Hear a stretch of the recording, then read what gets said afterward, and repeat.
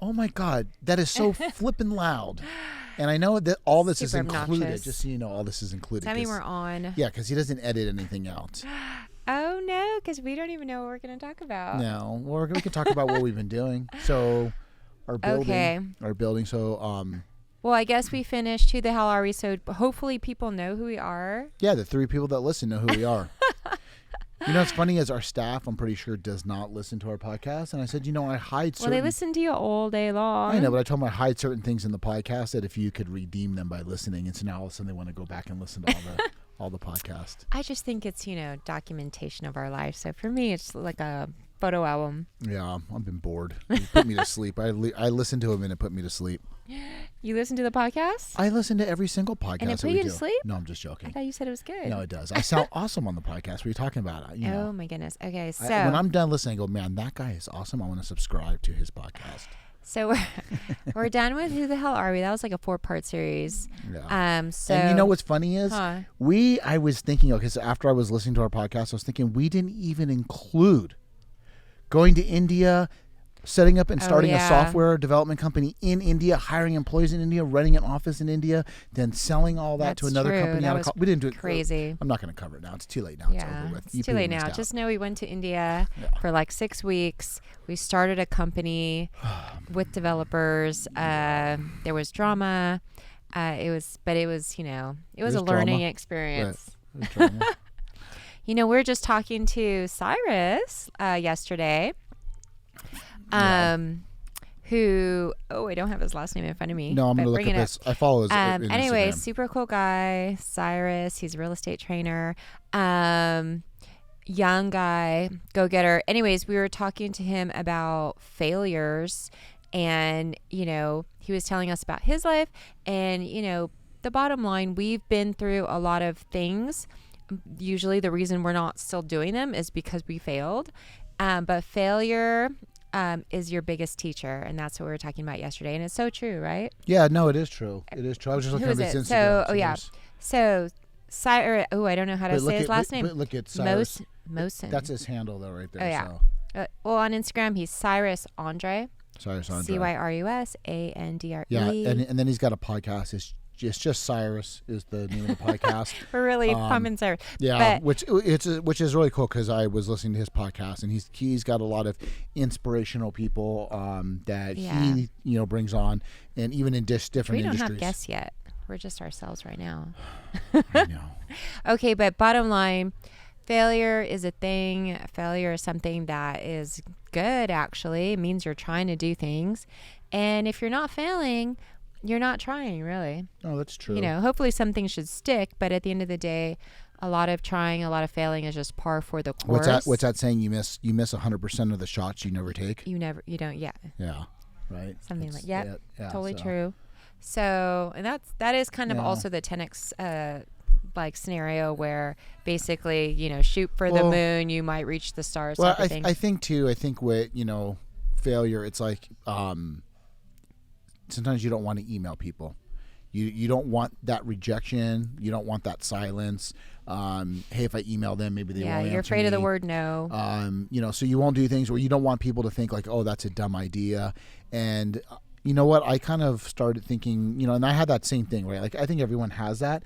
And then now, like, I email people and I don't care if they don't answer me. Like, look, I'm just going to email you and you answer me, you don't answer me. I mean, yeah, it is what it is. And so, but I think that like right off the bat, you take it as a failure, like, so you don't actually pursue ideas that you have because you're afraid that what people might say. And I'm wondering, when we talk to real estate agents about the property management affiliate program, I wonder if, obviously it's like a no-brainer, and which is why we were talking to Cyrus, because he thought it was such a great idea, blah, blah, blah. He identified it.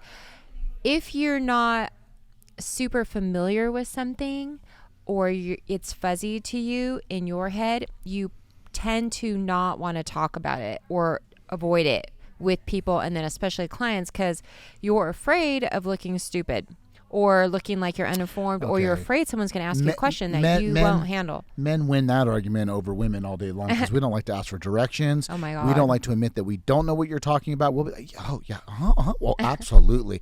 we leave. What did he say? I have no So idea. I have to Google it. Don't you think that might be? No, I think that's true. Well, I think too. What I liked about our conversation with Cyrus was we talked about he is followed mainly by millennials, 35 and younger real estate professionals. And the more I thought about it was we have a problem trying to get people to understand our product. But when we're talking to real estate agents that are older, and older meaning you've been in the industry 20 years or longer, you're accustomed to doing a certain thing a certain way. And now we're saying, hey, there's something different. And nobody else is doing what we're doing. And now we're having to retrain them. And people are afraid of change. No, but what I think with millennials, I mean, I give millennials a lot of shit, right? I mean, we're Gen X. We give millennials a lot of shit. For good reason. That's our, well, it's our social responsibility. Our social responsibility is to give, the younger generation shit, right? Like we got it from the, the baby boomers, But anyways, what I was thinking was for millennials to outsource, to do these types of things that are different, they're used to that. And I kind of came to that conclusion because I was talking to our son who said, we're talking about, he's going to school for fabrication and he wants to, do, parts for cars and 4x4s and whatever the case is and in his mind, he's like, he goes, some of the guys in my class are talking about making parts right now and selling them on Etsy. And he's like, what do I want to do that for? I want 12 CNC machines in a warehouse. And I kind of looked at him. He's only 19. And it's like, he said, well, Dad, I've always been around this. Since the day I was born, we've had service trucks. We've managed hundreds of properties. We've had buildings. So to him, it's normal. He's always had an accounting department to go to. He's not intimidated by any of that. We had to collect his allowance from the accounting department. So he was around that. And so that made me think, okay, that's why the younger, the younger millennials can adapt to what we do so much faster because they move quicker to new things. Yes. And they're used to the whole idea of outsourcing, having somebody else do something for you is common, right? I mean, you outsource your grocery shopping, millennials just know that I can turn to an app or a computer and let somebody else do it for me. So to say, hey, I can offer this in my business because I can have this, this ability to go online and boom, somebody will take care of it. It's not a foreign concept. But to somebody who's older to say, hey, these unknown people behind this computer system are going to... Like they're more suspicious of it? Yeah, maybe? Like they like to hold it, touch it, be the one in charge of it. I think it's just a different... Control it. Yeah, it's just a different, it's a different feeling. So there's a trust factor, I feel like, I think there's what you're saying. Trust and learning factor. As opposed to failure, afraid to fail or afraid... So what are you saying? Are you saying they are not... like they don't have the mindset where it doesn't matter if they know it or not, they'll talk to people because they're not afraid. Well, I think that they're to not know the answer. I think they can adapt to new things faster, right? They see something, it's like... Plus older people have more baggage because they're like, oh, I dealt with a management company, 52 years ago and it went wrong, so I don't know. And you're like, okay. Yeah, that's true. That's true. If you're older and listening to us, we're very sorry. I had that at the real estate show. It's like, okay, well, I ate something bad one time. Does that mean I'm never going to eat again? I mean, really? Well, you don't eat very much. And I did get one-time food poisoning from, I won't name the name of the restaurant since it's a big place. Oh, yeah, and you'll never go back again. I will not go back there again. So but that's a one-time That's a very situation. violent moment, all right? So okay. So bottom line, what? So Eric was here that was Saturday, right? Eric from ProShine. At our event. At our event. We had an event at our office. And we were... As we do every third Saturday. Yeah, we do every third Saturday. So if you're in the neighborhood, come by. It's really awesome. But we were arguing. Well, we weren't arguing. We were like talking. We're bantering back and forth as we do now. And he goes, I feel like we're on the podcast. Oh. He goes, I feel like we're on the podcast. He goes, you guys just kind of talk over each other and kind of like argue. And I go, well, I always say things. And then Mia doesn't listen to me. And then she says almost the exact same thing. And I'm like, I just said that. My idea. Yeah. She always regurgitates. She always regurgitates better. My idea as her idea. It doesn't matter where you got it from. It only matters that you're there. It doesn't matter how you got there. It only matters that you're there. So quote me on that. Let's talk about like what are we doing? We're in real estate. We're doing stuff to our building, right? So we have we are in real estate. We have our guys working on. We own our own offices. What are we doing? Originally, we bought this building. So we bought I don't even know if we've talked about this, but No. we are located in downtown Ontario Arts District. We're in a 100-year-old historic building, which used to be an old auto showroom, an automotive showroom and light assembly plant. Yep. And the oldest company we know is Citrus Ford. No. We went to. I think we went. We were able to do some more research and went back to Moss Brothers. I think it's Buick. Was here before Citrus Ford in the 40s. In the 40s. Okay. So we assume that. But there was someone here in the 30s. Yeah, and it might have been them. We're not 100% sure, but we do know that we think this was a Buick showroom. It in could the have 40s. even been carriages. Well, it could because this was a carriage. It was across route. the street. Yeah, across the street there was Horse carriage and carriage. garage. Yeah, horse carriage. Which is crazy. So So anyways, old historic building, super cool. If you're in the area, stop by. Old trusses. So it took us like a year to restore half of it. Well, not even half of it, like a third of it. We restored the full. We restored about a third of it. Yeah, I mean it's 13,000 square feet, and we restored the full exterior of the building. We restored it back to its original. Not really the back of the backside. Yeah, we restored what's facing to on the streets, so it's on the corner. So we restored that. And the interior, about a third of the interior. About a third of the interior, which is our offices. We have a retail store in the front. So it's a commercial space. We have a retail store in the front. And which is called Holt and Palm, which I run with Danae, my assistant. And so that's been interesting. So we do home decor, art, furniture, vintage stuff, gifts, all kinds of things. Well, here's what I find super interesting about this. So originally we said, hey, we're going to do we had to do a retail store because we bought the building not knowing the zoning. We didn't look at the zoning. And I know. If you're in real estate, look at the zoning before you buy. Look at your zoning before you buy. This was a different situation. And so anyways, we bought the building. City said, hey, you got to have something different. They don't allow real estate offices here, but we kind of snuck one in the back because what we did was we should tell the story of how we found the building, though, because I tell people and they always feel like, oh my gosh, that's so amazing. And it was just meant to be. Go ahead. So the building that we're in right now, we saw 13 years ago. So we used to have a real estate company. We were in Ontario back then, but we were like in this crappy like little industrial strip center off a Vineyard and like the 60 freeway.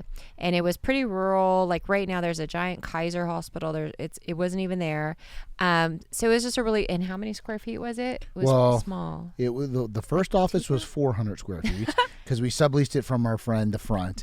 And then we expanded and we took a whole unit to 1,800. Then we expanded and took two 1,800 units. Then we expanded and we were up to 4 1,800 square foot units. Oh, so, really? Yeah. I didn't remember that. We had So a that's total like 6,000? No, it was more than 6. Yeah, so it was like 7,000 and some odd change. Yeah. So we took multiple units in this industrial, like Fromy strip center. Yeah, Fromy. And if you're familiar with Fromy properties, you know what we're talking about. So there was no bells and whistles. It was super basic. We were fine. We were there for a long time. It was cheap, right? Super cheap. And we were, the inside was nice, but on the outside, it was just pretty bare. Well, it was nice. Hold on. It was nice because we made it nice. Yeah. There was no air conditioning, no heating. When we originally started. Oh, yeah. In the beginning. Yeah. Yeah. Well, okay. When we originally started, I remember our employees would wear gloves in the wintertime because their hands were freezing. And then the summertime. No, we would have a candle on our desk and we would warm our hands on the candle. And then in the summertime, there was no air conditioning. But if you opened the door, there was a bunch of bees in the parking lot that would come in. So we had to keep the doors closed. That is true. It was super hot in there. Yeah. It was. Yeah. I remember Heather, who's one of our first employees, she'd have like a beanie on and like a parka. She would be freezing. You can see your breath while you're talking to somebody on the phone. So that was pretty crazy. But then we expanded all of that and people would always say why are you people here? Because we had a big company and it was actually bigger than we are now. And we would be in this like kind of crappy place. And also when we would try to hire people, it was almost kind of embarrassing because people would come for the interview. They would pull into the parking lot and leave because they thought they were going to be murdered. It's not like it was crimey. No, it was. It was next to a junkyard. No crime. It was next to a junkyard. Yeah, but you can see, but it was just. It didn't look like you were in Irvine or anything like that. So if you were applying to work in a real estate company and be whatever salesperson, it wasn't like what you probably were picturing. I remember. Unless they came inside, and then they were like, "Oh wow." Remember, we had the meeting with those guys from Washington. The one guy was the former CFO of Fannie Mae.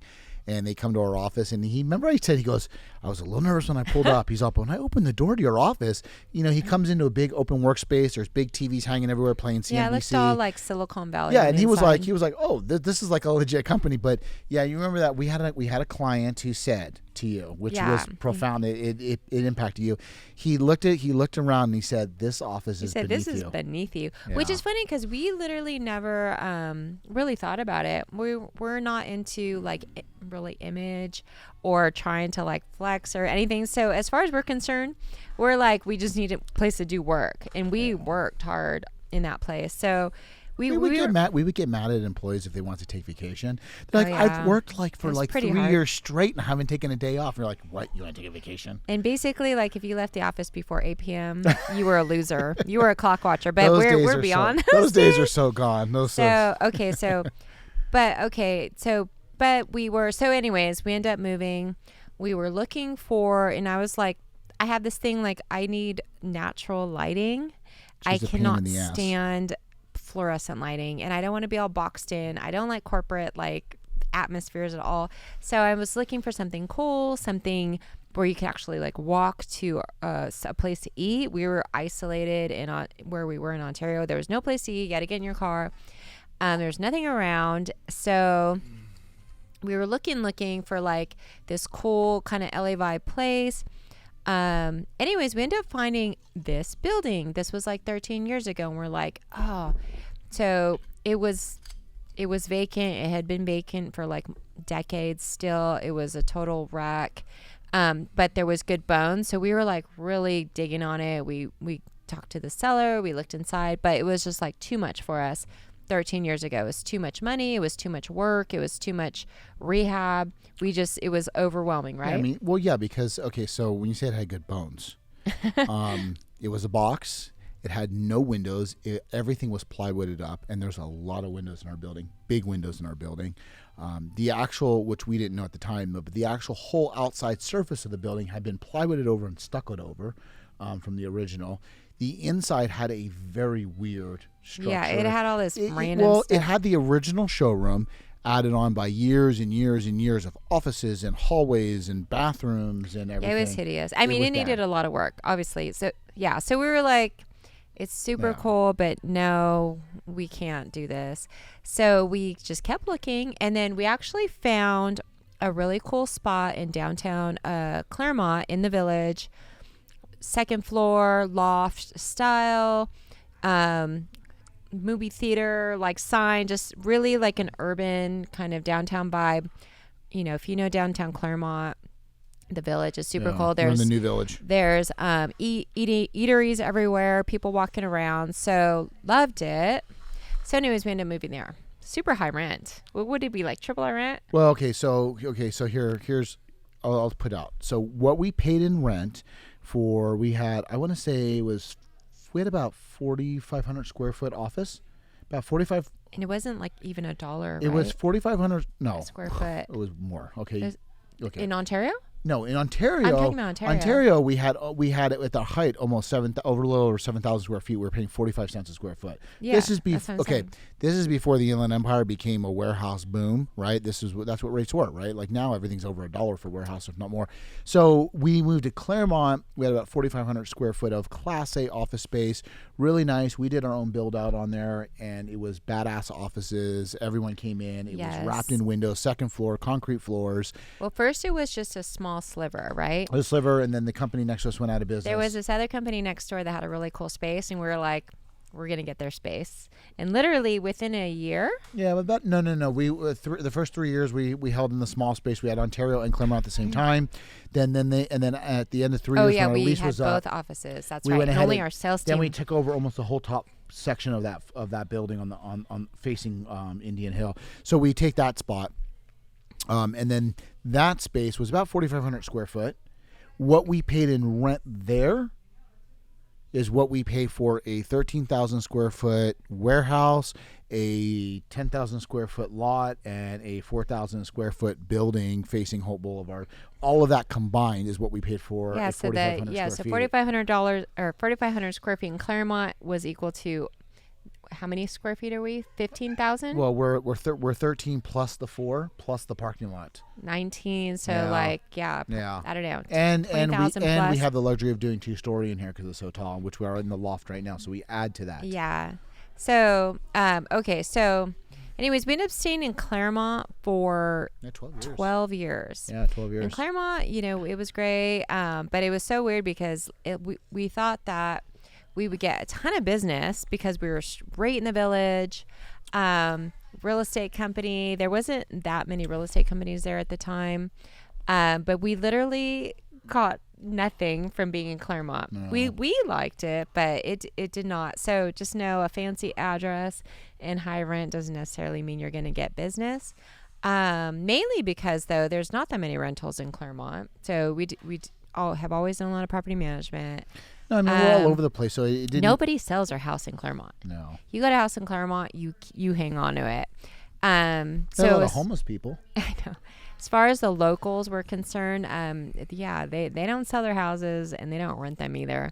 So it didn't really help us to be right in the village. But I mean, I feel like it gave us some credibility when our other clients came to our office. I mean, it was a nice office. We were able to attract, some better employees, and I liked it. But so anyway, so after a certain period, so it was during COVID, we were just not feeling LA County. So we're like, we want to move. Plus we want to own. Yeah. We were renters. That's the only thing we rented, like in our portfolio, was our office building. We own obviously our primary house and a lot of investment properties. So we're like, why are we renting? And on top of that, our landlord a couple of times kind of, hinted at maybe not renewing our lease because maybe other bigger companies or colleges were going to rent that space, right? So let's just get to it. Yeah, landlord didn't like the fact that we weren't wearing masks inside our office. You think that's why? Yeah, because we listen. I don't give a shit what your view is on COVID. I really don't care. But at the end of the day, I am not wearing a freaking mask with people that I eat with inside my office. Okay, and LA County kept coming to our office and putting tickets on the door, and those assholes were not getting in my office. And again, I really don't care what your view of COVID is. You're not going to tell me what to do in my place of business. So we basically said, you know what, LA County, you can shove this up your ass. And we went and said, let's go back to San Bernardino County. So it's a very sore point for me because it really did piss me off, and I don't like being told what to do. And we were by ourselves. No one came to our office. It was no one's business. And our staff was like, hey, we don't want to do it. We're not interested. And we were the only ones, though, that kept it business as usual. Okay, first of all, hold on. We paid the landlord rent 1 full year in advance during COVID. He had Chico's downstairs who wasn't paying rent. He had Coffee Bean who wasn't paying rent. They all stopped paying rent because they were corporate stores, and he was concerned about his cash flow. And I say, hey, no, don't worry about it. I'll pay you a full year in advance. We'll take care of it. We got your back. And he turned around and he had issues with us, and we said, "Okay, that's it. We're done." So we said, "Let's go back to San Bernardino." Okay, so this is how the story goes. So it was like the 5th time, that the health department, who doesn't even oversee real estate offices, came to our office and stood outside for like 3 hours, saying they need to come in and inspect us and take pictures of our employees. Blah blah blah. Anyways, we're like, screw this, we need our own property. So anyways, I'm like, hey, what about, so it was like just during the normal work day, and I was like, hey, remember that building that we looked at like so long ago somewhere in downtown Ontario? Like, that was a cool building. We should go see if it's still available or like what's going on with that area. So Damon was like, all right, yeah. So we didn't even remember where it was. We just remembered it was in downtown. We remembered there was artist lofts, but it was fuzzy because we didn't really come to this area. So we started driving, right? And we were kind of driving around the streets, and we found it. It was funny because we there was a couple other buildings. There was multiple buildings for sale. Are you going to tell me about the asshole agent we called? Yeah. So there were, before we found this building, we saw other buildings. other cool old buildings that could be potential properties for us. And I would call the sign, they'd have some agent sign, and hey, is this for sale, blah, blah, blah. And I know one agent was like, well, and these are commercial agents, obviously. What did he say? He's like, are you just driving around? Well, first they're like, are you going to live there? And I'm like, no, I'm not going to live in this building. And he's like, well, what are you doing? Just driving around looking for stuff? And I was like, yeah, that's what I'm doing. Oh, well, nobody does that anymore. And I was like, okay. Like, I don't know what he wanted me to do. I don't know. What he was an ass. So I was like, he was an ass. Okay, that's exactly what I'm doing. But I forgot what he said. But anyways, yeah, he was, yeah.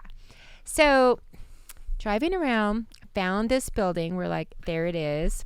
Had the same for sale sign that it had 13 years ago. Okay, so listen, if you're an agent, this building was not listed for sale. It was not listed on LoopNet or how do we MLS? listen to that asswipe and went back and looked on LoopNet? We would have never found it. But we found it because it was still here with the same sign. And the sign was like sun-baked. It was faded. Yeah. You could barely look at it. The agent looked like the picture was from like 1972, which it probably was. What was his name? Bob. Oh, yeah, Bob. Bob was a cool dude. Yeah, Bob. So I called Bob. I called the number on the sign. I'm like, hey, is this property for sale still? And he was like, yeah. And he's like, I go, we want to see it. And he goes, okay. He's like, I'm in Oregon right now. He goes, I'll be in California tomorrow. He goes, I want to sell it. And he already had all the terms. It was like, he's like, I'll carry the note. Interest only, like 5 years. And it was like 5%. XYZ down, and I was like, those are not the terms. I was like, but whatever the terms were, they were doable. I was like, because who wants to go try to get a commercial loan? But yeah, it was like what 10%? I forgot what the down payment was. It was a massive amount of money. Whatever it was like, I didn't tell her so she could sleep at night. It was a massive amount of money down, people. But anyway, so I was like, okay, that's fine. I go, great. So literally the next day we meet him. He's there, this old guy, and he shows us the property. And, we're not really paying attention to anything except the building. I mean, we weren't really too concerned about the neighborhood or like all of the things that needed to be done. I feel like we were just looking at all the things we liked in the building, and we were like, yes, this is great. This is going to be our building. And we did like a handshake deal, and Bob and Damien got along well. They were like on the same side on a lot of things. So they were talking, they had some synergy there, and we did a handshake deal. And then we were both loading our weapons. We literally went into escrow. We just went to escrow and not really. Right, come on, get to the good part here. Get to the good part. We went to escrow. Okay, so we got into escrow, 30-day escrow. It was easy, and then we closed escrow. And like just a few days after escrow closed, Bob died. Boom, which dead. Yeah, which I was a little bit concerned of because he was old. So that's always in my thought process, like people dying. Before closing escrow. Before closing escrow. But literally we closed escrow and he died, which in our minds were like, wow, like I feel like he was holding it for us. Okay, so let's keep going because we haven't gotten to the good part yet. Okay, hold on. I'm getting to the good part. So anyways, he died. No, I have to listen to this podcast later, okay? And it was not a big deal because we already closed escrow. As one of your listeners, I have feedback. And he was an old, so it was fine. Anyways, we got in the building. We started doing like demo and all of that. But the weird part is person after person after person came to us in the building. Hey, where's Bob? And looking for Bob, asking for Bob. Okay, what do you need? Well, I want to buy the building. Right? Yeah, he had somebody who was going to buy the building during COVID. They got scared and canceled. The fire department came and said their fire union want to buy it as a union hall. So there was like 3 or 4 people that tried to buy it. Multiple people, and they said, I could never get a hold of the guy. No, okay, so look, let's get to the good stuff. So the good stuff was, poor Bob, bless his heart, he had a bunch of junk in this building. So he clears it all out. He clears everything out of the building, and he had started renovation and removed all the toilets from the bathrooms, and the toilets were really old. He lined them up and left them. He cleared all the junk out of the building, and he left the old toilets just so I could install them back in. Bob, come on, dude. I was demoing the whole building. Like, I was going to keep these old toilets, right? But I think the best part was, okay, so Bob died. That was sad, but it was almost like it was meant to be. But behind our building was a parking lot. Oh, yeah, that didn't belong to us. So I said, well, I want that 0 lot line. Yeah, so I want that parking lot. So I tell Danae, you know, she does escrow. I say, hey, look up and see who owns the parking lot. So she comes back and said, hey, I have the owner of the parking lot. They also own the building that's, you know, connected to the parking lot, which faces Holt. So if you know where our building's at, it's basically like our property now is an L shape. The parking lot is kind of on the backside in the other building. And so we look and we see who owns this building.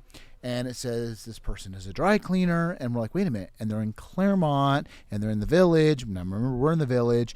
And remember we told you we had an Amazon business. Well, we would take all our recycled uniforms and we would send them to this dry cleaner who was close to us. And they would clean all our stuff. And sure and behold, it's the same dry cleaner. It was her. So I go there and I'm like, hey, like, this is, you know, Damien from Asher. What's up? How's it going? I go, you own a building in Ontario? Yeah, that's our original dry cleaning location. And I own it. And, you know, well, then it turned out that she knew all the same people we knew. I mean, she was older than us, but she knew people on our street, people from our church. And she had many people offer to buy the building. She wasn't sure she wanted to sell it. End of story. We ended up selling the building, and I remember telling her. She said, I think this was meant to be. Yes, she had to pray about it. She said, this is meant to be. And I told her, I said, you know what, Deb? I said, given what we've been through with Bob now dying after making the building, and she had bought her building in 1970, 73, she said. It was before I was born. And I said, Deb, I go, you didn't realize when you bought that building that you were actually buying it for me. Like, literally. And I think that was like the most profound statement. Like, it really was true. I honestly believe, like, there were so many coincidences. Like, it's like we're big believers in, like, hey, God kind of saved this for us. It will be. You know, and so I think that was like huge. And people, when we tell people that story, like, wow, that's crazy that you knew these people. The building was held, all the chances. And what was even crazier is when we bought our building, there was a big section in the back that had been ripped up, all the concrete. Well, one of the bigger developers in the area was going to actually buy our building, and they had done a soil sample because they were going to turn it into residential work-live lofts. And when they did the soil sample, it turned out that the dry cleaner, which that's what it was prior, had been a dry cleaner since the early 1900s. They had contaminated the soil, and so actually Debbie said her insurance actually paid to have the soil cleaned. Bob gave us a certificate of contaminant had been removed, and we're good to go. And so. But they backed out. Like, it was done. They backed out. Already did the hard work. Even the big developer who has developed all around us and owns a lot of buildings around us decided not to take this building after already getting that cleared, which was weird.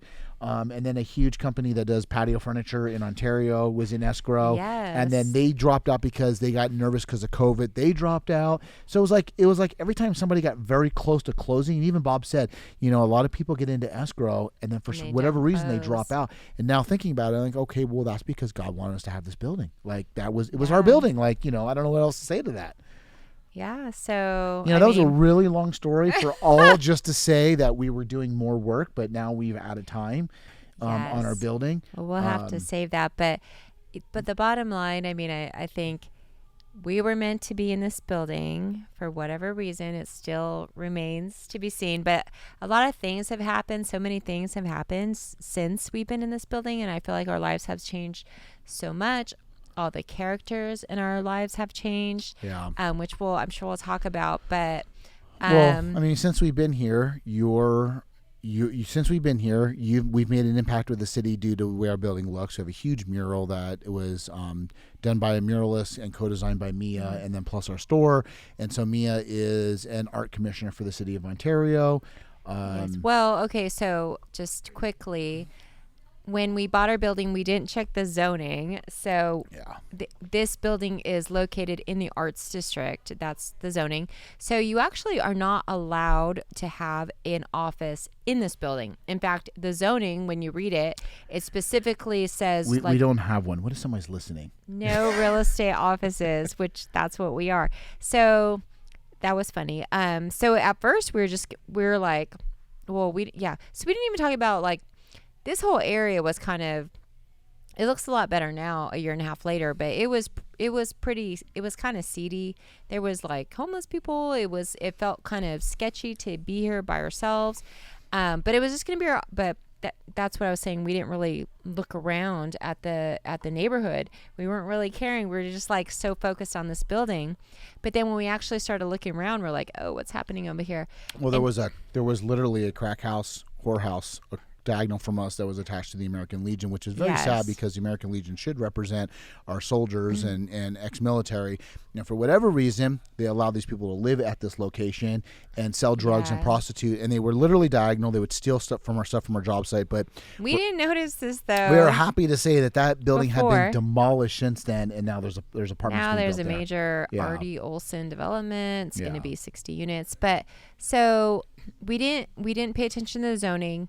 And there was no offices allowed. So like initially we were going to kind of like, we were like, oh, who pays attention to that? Because there's like nothing around here. So why would anyone care? But there's actually the City of Ontario huge office building is right across the street. No, I've noticed that immediately. I was thinking as a contractor, I can't do anything without a permit since the code enforcement is literally, it's code enforcement. It's They're literally across the street. right across the street. They're staring at us. So at first we were like, no one's going to care about that. But then turns out they did care about it. And we did get permits. So you have to, legit. So we couldn't have an office, which is the only thing our intention was. But in the arts district, it needs to be consumer facing. So it needs to be like a retail store, a brewery, a restaurant, a gallery, or whatever. And that was like the last thing on our minds that we were thinking about. And I don't really know how we came to the conclusion, but we said like, okay, fine, whatever. We'll just put a store in. I think I told you, we'll just put a store in the front. I think what we did was we looked and said, hey, listen, we're in short-term rental, hospitality, vacation rental. Let's create a store that people can furnish their vacation rentals with. You know, and that was kind of the thought process. But in the beginning, it was just going to be like a front. Yeah, we weren't really going to care. A store in here. And then our offices will just be in the back, but we weren't really going to like care about it. Well, now your store has taken over and it is becoming the focal point of our life. The store has kind of transformed our business model. I feel like we should probably talk about that next time, maybe, since we're out of time. But that's a good segue. Wow. I just asked her what we were doing in the back, which we're doing a lot of stuff. So it all kind of, you have to get the background, but we'll finish it next time. At least we'll have something to talk about. I just said we did not know what we were going to talk about when we started this. We never know what we're going to talk about when we start this. We're 37 minutes in. You like to be done, and usually at 29 minutes, you're like, done at bye. 29. You're like, bye. I'm so sorry. I have a short attention span. So, okay. Bye. Well, later. Hey guys, this is Damien. Thanks for listening. Hope you enjoyed listening to us ramble about real estate and property management. Don't forget to check out all our social media and visit our website for wholesale property management. You can find the link in the bio. If you have topics, questions, or crazy situations you want us to talk about, send us a message. See you on the next episode of ModTalk.